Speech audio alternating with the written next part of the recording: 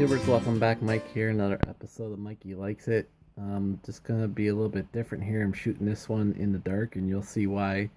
This is for a product that I purchased because I generally sit in an area in my basement that is lit up with dim light with LEDs, and I can never see my keyboard.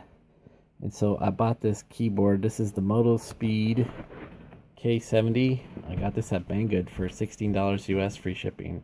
As you can see, it's all lit up, and so this is awesome. It's waterproof.